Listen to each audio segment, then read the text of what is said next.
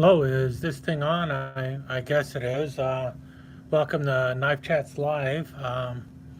Haven't been doing one for a while, and well, it's because I've been busy doing a lot of other stuff.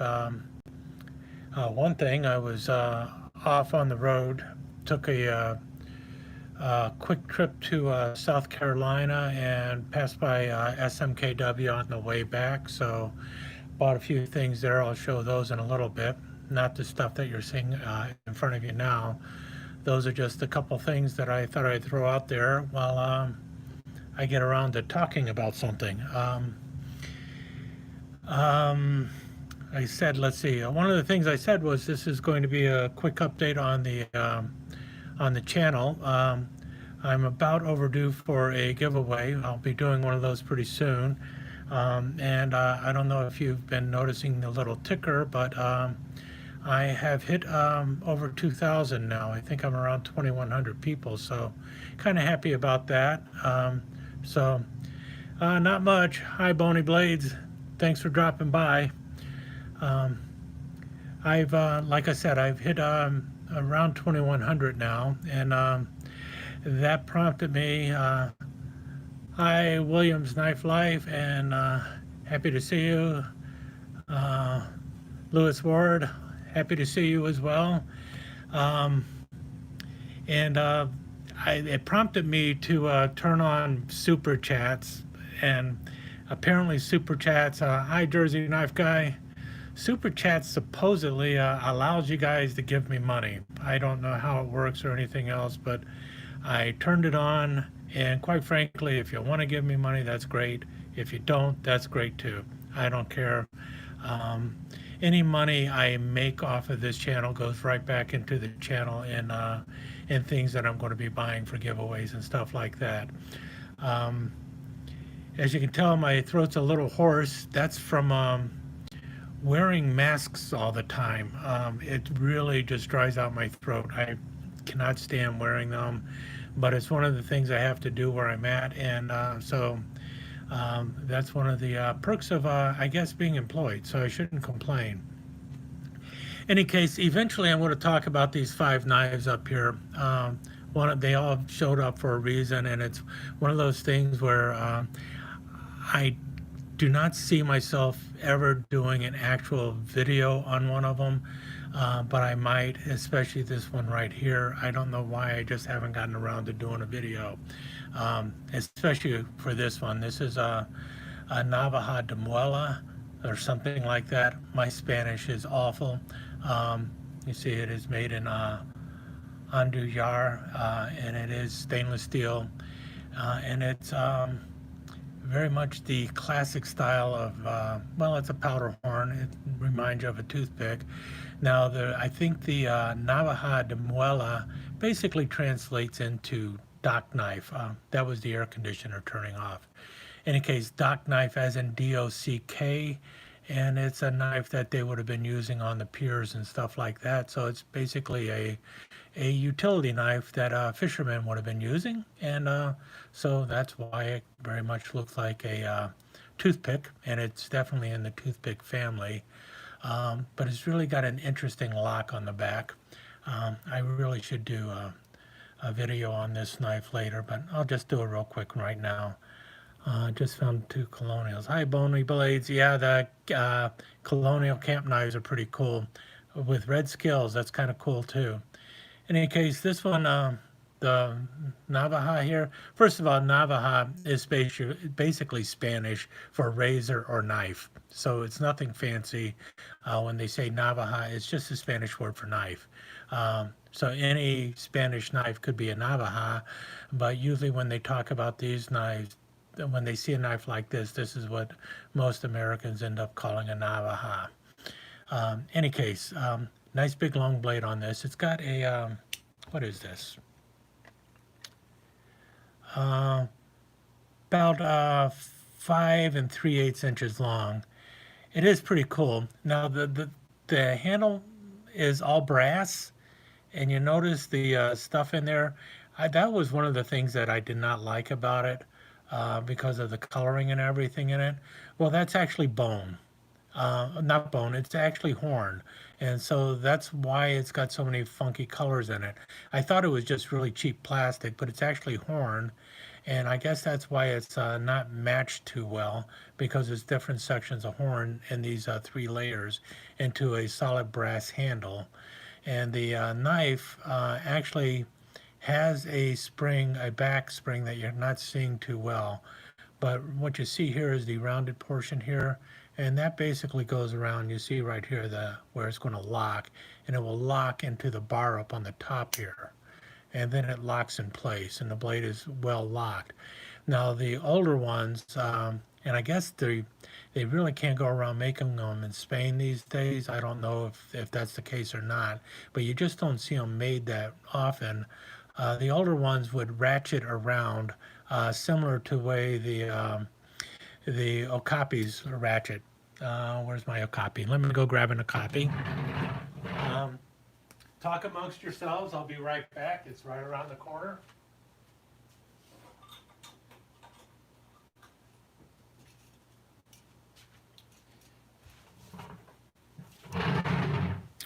Should have been prepared for this. But you see the notches you see here on the okapi that actually ratchet around as you go around. And the same thing used to be done on these knives. This one does not have it though. And this little lever is actually what is used to lock it. Um, yeah, that sounds about right. At least three ratchets. And which is what you also see in those coons are really nice to try and grab. Jersey knife guy, I would do that. The knife would ratchet around, but actually, because of the way it would work, you could actually just flick it open and then it would lock, and then you could push on this to release it. And it made the knife really easy to work one-handed. This one is not so easy to work one-handed because it is very tight, but it does work, and the lever there releases it. In any case, because of that, the knives were very popular with thieves and bandits and stuff, and so they became outlawed in Spain. And this was long, long ago, 300 years ago. It's a very old pattern, but it's a really cool knife, and I'm still looking for one that's an actual ratcheting one that I can afford. These knives are extremely expensive. They go in the $200-300 range very easily, and go very much higher. Are you going to carry it or just display it? This one I will probably just display unless I find something better to display, in which case then this might actually get some pocket time. The problem with carrying this knife, this is one of those knives. First of all, it was difficult for me to get to begin with. Um, and I didn't pay a whole lot for it. I think I paid only about 40-50 bucks for it, which was really a low price when you considering it is made in Spain. It's not made in China or anywhere else. See right here, this is the maker of it.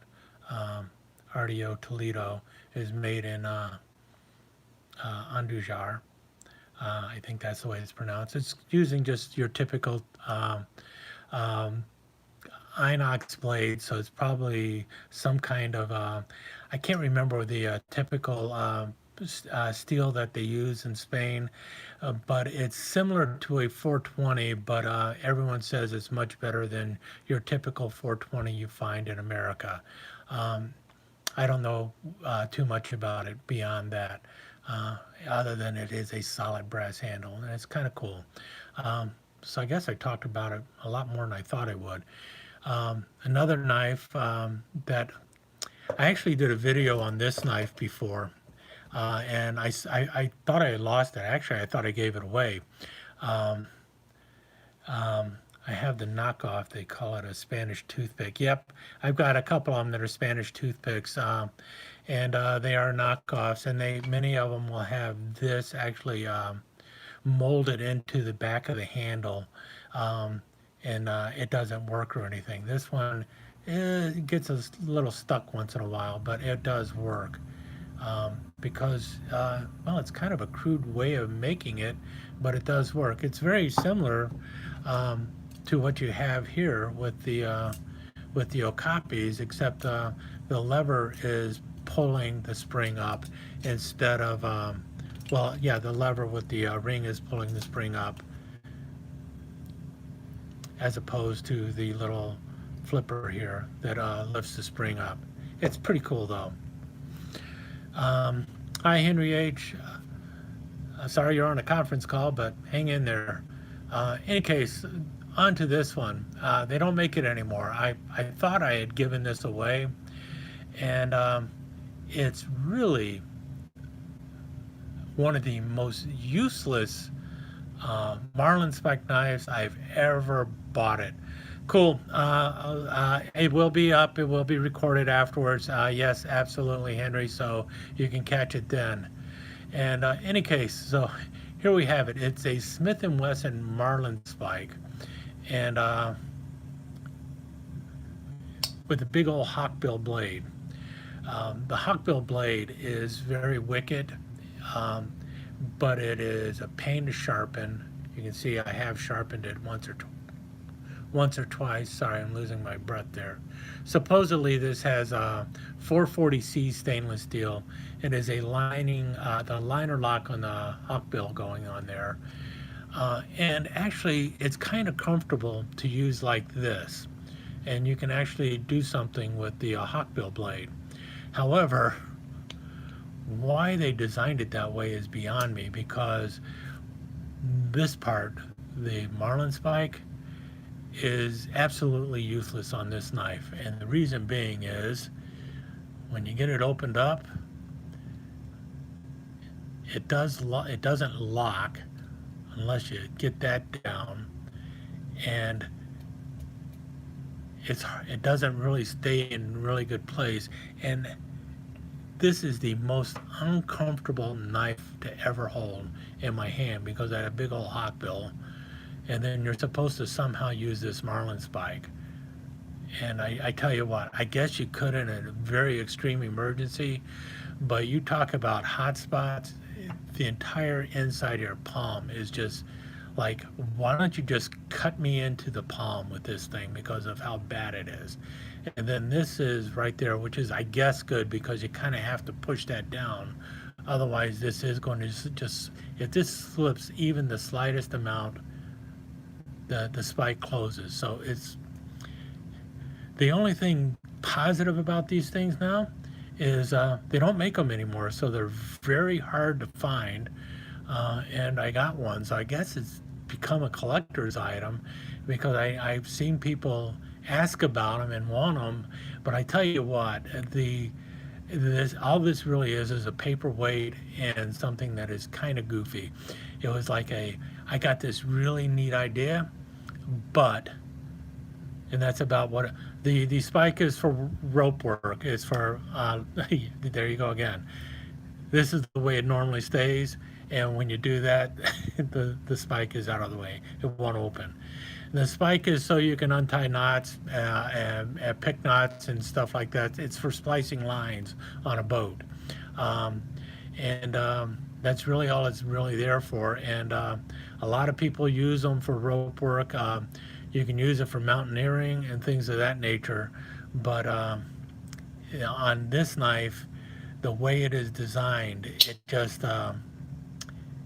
just becomes almost impossible to use unless you want to open up the blade and then use it. But who wants to have, you know, that behind your hand when you're working with a spike, especially when, here we go again. I tell you, the spike locks better closed than it does open. Do you really want to be trying to work with a piece of rope with something like that behind your hand going towards your wrist? So that's the only way it's comfortable to hold with the spike out if you're trying to use the spike. So talk about a major design flaw. But for some reason, people like it. Hi, Mike Baker. I'm just doing a live. I'm not sure why. I guess I got a little bored. I haven't done one in a long time. Like I mentioned, you guys can super chat with me, whatever that means. And I have no, from what I understand, it means if you say a super chat and you pay for it, it gets to stay up at the top. Trust me, I'm not expecting anyone to do that. Um, Here's another one I got. And this one I know I will not talk long on. It's a Kentucky fishtail, and it's unbranded. Someone said it was made by an apprentice, and definitely seems to be that way. The quality of the build is very lackadaisical. It's not very good at all, but it's got an interesting set of blade choices on it. The blade choices are similar to what you find on a copperhead, in that you've got a kind of a long straight skinning blade, and then the secondary clip blade behind there. And what I like about it is the fishtail end here. I really like the way the knife looks. What I wish would happen is a better company, even Rough Rider or Case or somebody would actually come out with a knife like this, with a fishtail knife like this, because I do like the idea of the fishtail, and it kind of looks cool. Um, and I don't know, it's just kind of a unique setup on it. And yeah, the grind of the blades are interesting, nice saber grinds going and everything else. This one is about what is it? 3 1/4, 3 3/8 of an inches long. I would love something like this that was about 4 inches, 4 1/4 inches long, with these blade options on it, and this fishtail ending. Um, the fishtail ending is real. 5 inches would even be better, no doubt about it. It would be kind of cool, and I just like the fishtail end on it. You know, there are other fishtail knives out there, but they're not crooked. They're not bent like this, and because of the bend on it, it actually feels good in the hand. Even with the only one blade open, it doesn't feel bad in the hand. If it were longer, it would feel even better in the hand, because the fishtail would get beyond my hand, and I would have a little more handle to grab onto. I have carried it a couple times. It goes in and out of the pocket okay. Doesn't snag on anything, despite the fishtail ending here. But I just wish it was longer, and I wish it was made by somebody reputable. Um, so that's probably all I'm ever going to say about this, unless somebody else comes out with one like this.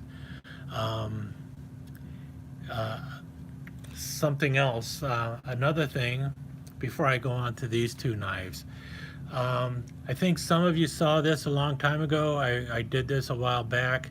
Um, it was an M5 bayonet that I changed around a bit and turned into a trench knife, basically a little bit of trench art going on with it.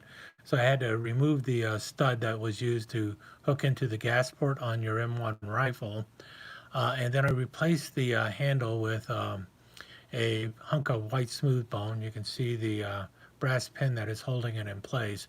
I've got a whole video on how I did all that, but originally the end cap on this was a crappy looking Chinese coin. So I have since replaced that with a new kind of a metal star cap, which looks a little bit better. Custom sheath with it? No, actually, I'm just using the um, the leather sheath that came with a Camillus M3 trench knife for it, because um, I can use I bought a different sheath for the M3 trench knife. So that's the sheath I'm using for this one. But I kind of like that. I think this looks a lot better than the Chinese coin. I thought I had the coin here somewhere, but who knows where it went. Oh, it had this coin on it, and you had a screw going through the coin. and definitely a step up with the end cap. And the end cap is holding in there pretty well. What was something else I wanted to talk about? Oh, well, let's move on to this one. I mentioned this one before when I was talking about my Camp Kings. I said there was a Super Camp King out there, and I got one. And this is what the Super Camp King is. It has actually 6 implements on it. It was made for a very short time, basically from around 1956, 1955 to 57, somewhere around there, until the early 1960s. And I know that because of what made it a Super Camp King. And that is right here, the beverage can opener. These are also known as a can piercer. And you see that right there. It's for opening old beer cans that didn't have a pull tab. And this was something that was patented by Imperial sometime around 1955-56. And that's how we know when the knife started coming out. And and then they well stopped making it when pull tabs became very prevalent on beer cans, because that's really what it was there for opening beer. And that really went obsolete pretty quick. I've got a couple other fish knives with this can opener on it too. Um, Other back tool on the back side is your can opener. So those two are on that side, which means you've got extra tools on the front. So you still have the punch blade and the main blade, obviously, and then your cap lifter screwdriver. And then for the 4th blade up on top, you have another pin blade. So you've got 2 blades on here because of these back tools that have been added to what was known as the Super Camp King.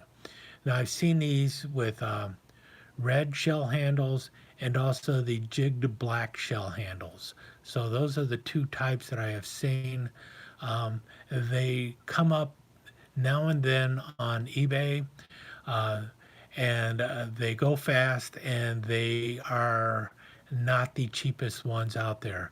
I managed to get this one at a decent price because it looked even worse than what it is now. I had to do quite a bit of cleaning up on it.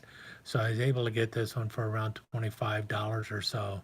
But ones in pristine condition easily go for 50, 60 bucks. So if you're looking for a Super Camp King, be prepared to spend a lot of money on it. But it is kind of cool because you really just don't find that many knives with this beverage can opener on them.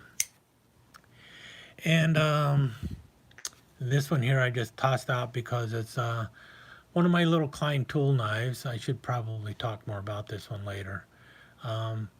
Klein tool, I should have done a little research beforehand.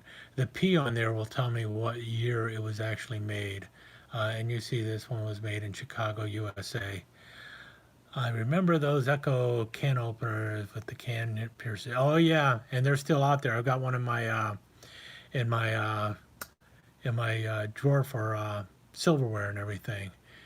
But these are kind of cute little knives by Klein Tools. They're still around actually, but for some reason now they only make one that locks. It has a liner lock on it. So you have to actually look around to find the older ones that do not have a liner lock.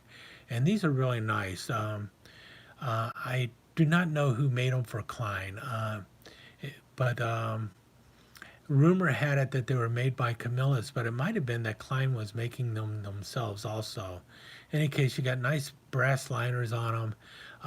They have carbon steel blades, and then they have a bone-looking brown handle with your I believe it is a nickel silver bolster and a brass pin there, and just a bent wire loop on the back, which is removable.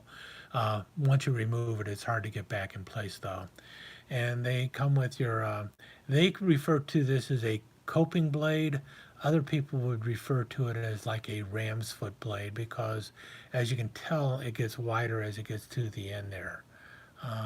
Really nice little knife though, and you notice it is an easy out design on it.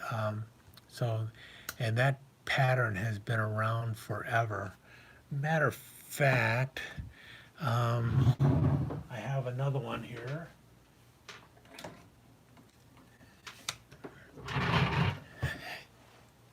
This is one from Camillus, and you see that it looks very similar to the Klein tool, but this was one that was issued to the United States Navy back in World War II. I think it might have also been used by the U.S. Army too. I don't know for sure.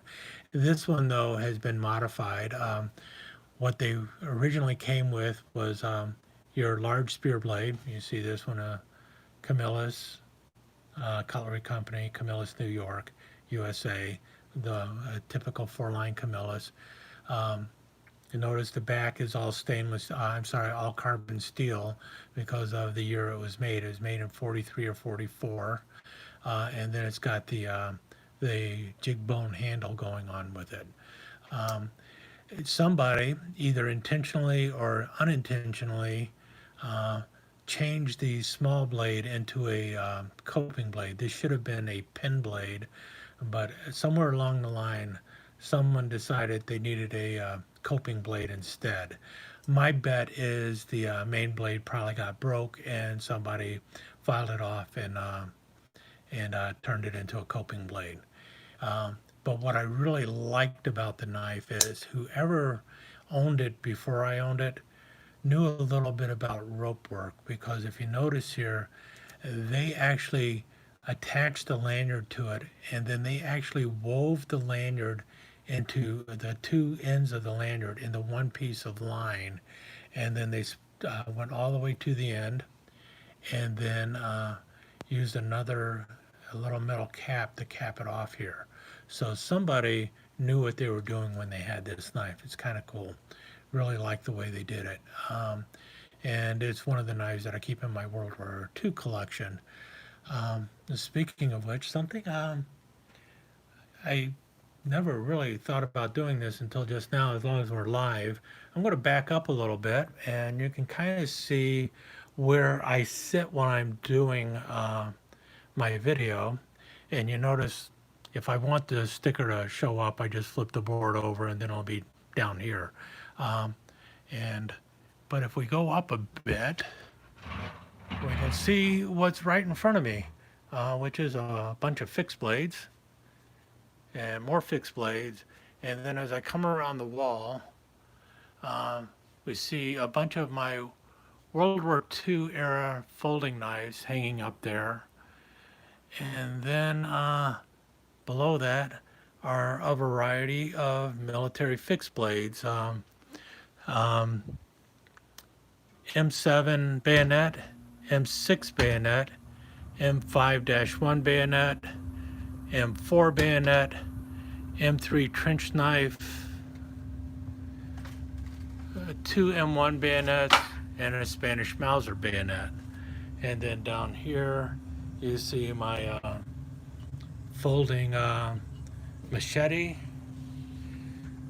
And then over here you see the variety of Air Force survival knives that I have. So that's kind of what's right around where I'm sitting while I'm doing all my videos.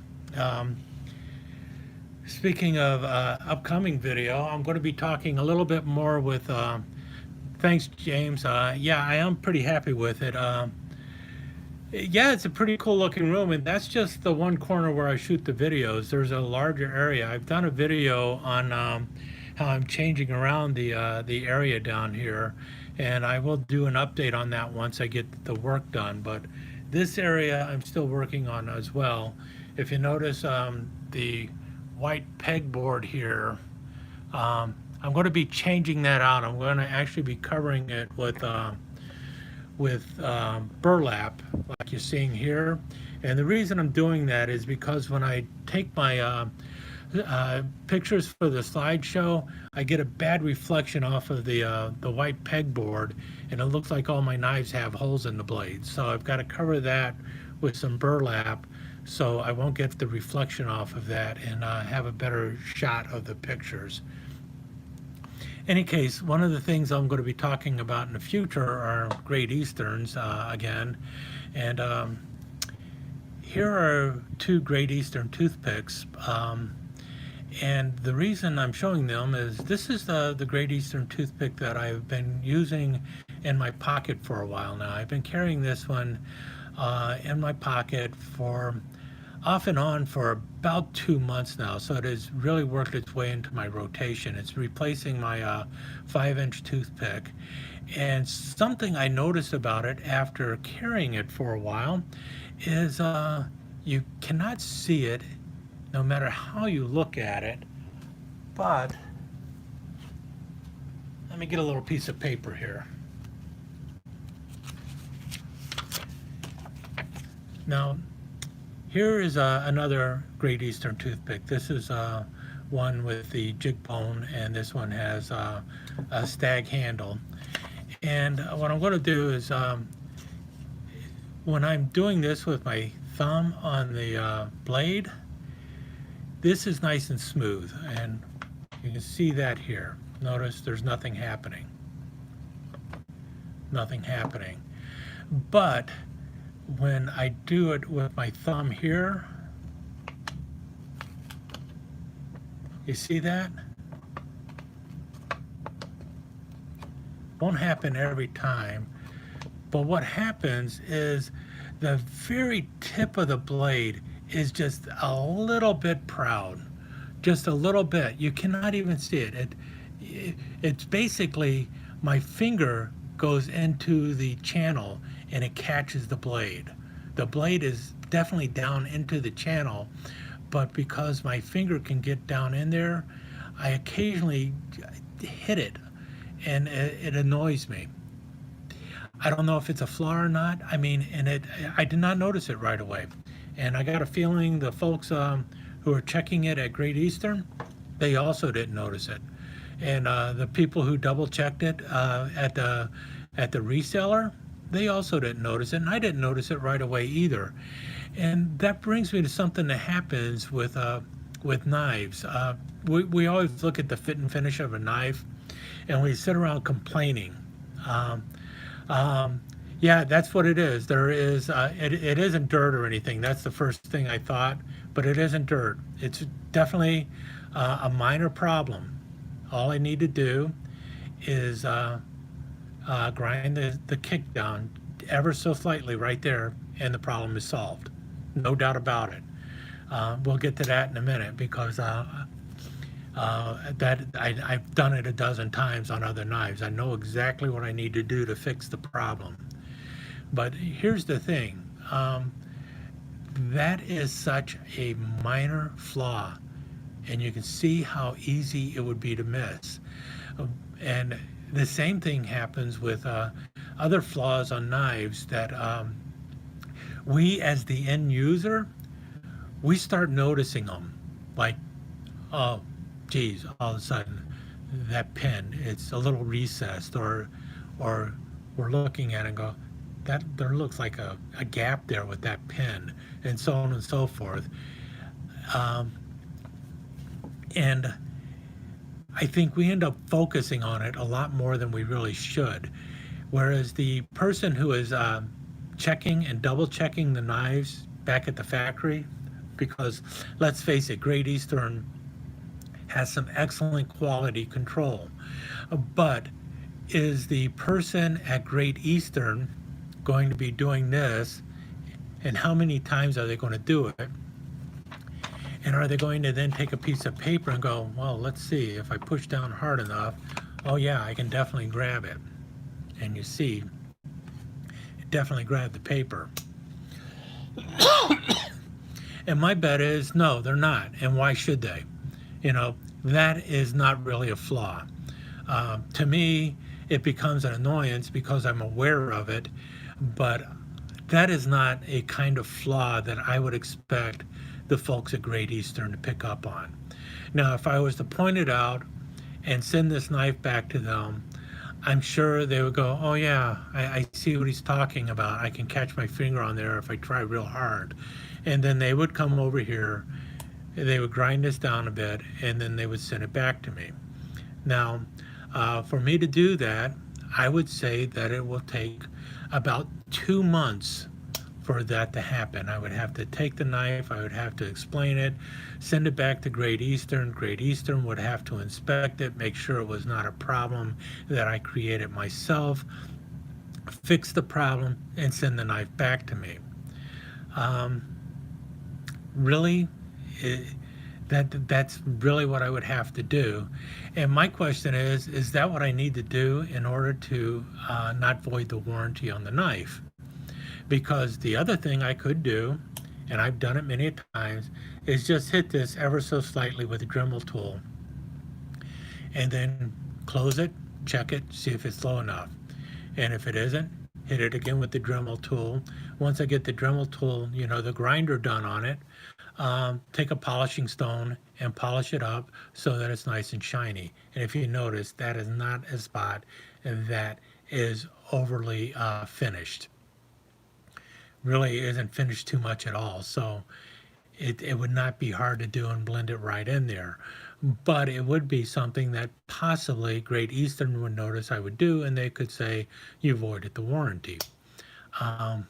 Or I could just live with the annoyance. Those are my options for this knife.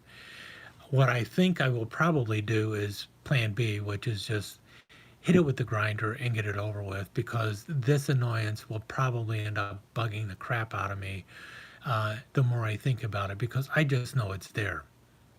I know it's there. But, oh, yeah, you just file them down and it's done. And that's what I'll end up doing. And then this will be back in my pocket.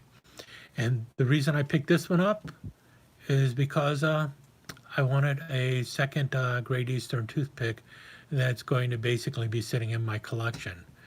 One other thing I noticed though, if you notice here, and this obviously is also not a problem, do you see the spine on the knife and where the spine drops? You can see it as the light flip switches.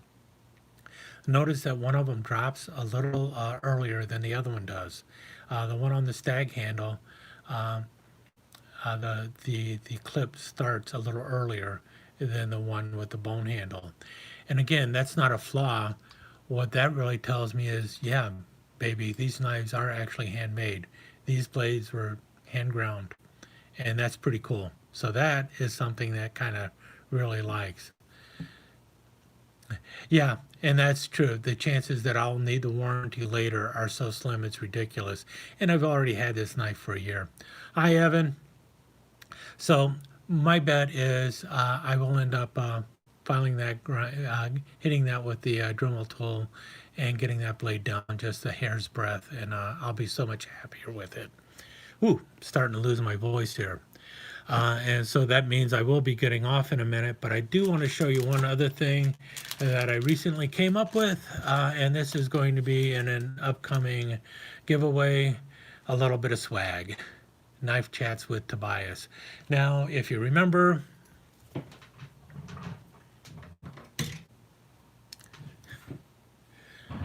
this was one of my earlier swag ideas, which was the bartender's tool. I'm going to hang on. This is the last one I have. I've given the other three away, so I'll be hanging on to that one. I've just got this one. It's a little equal end penknife. Yeah, they're made in China, but hey, that's what I can afford.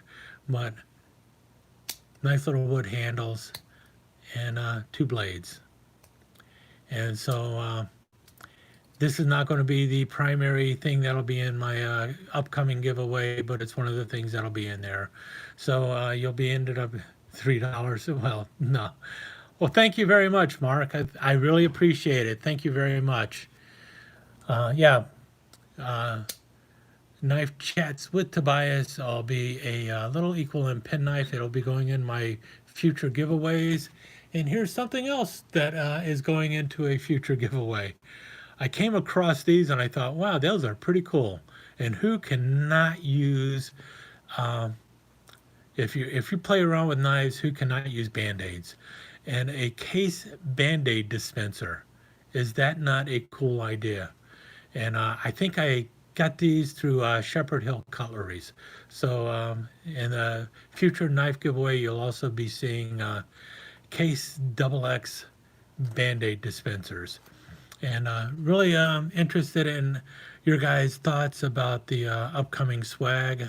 Obviously, there'll also be stickers, but I thought if I'm going to be doing some knife giveaways, yeah, I know it's an inexpensive thing, but why not give away some swag that actually has the channel name on it, and who can't use a Band-Aid dispenser? Any case, I am definitely losing my voice right now. It's been a great time talking with everybody. Do you have one of the Star Brand Street Fighter toothpicks with the multicolored? No, I do not. That sounds pretty cool. Star Brand, huh? I will have to go looking for one of those. I have not seen one of those. But I am going to have to get going. I am losing my voice.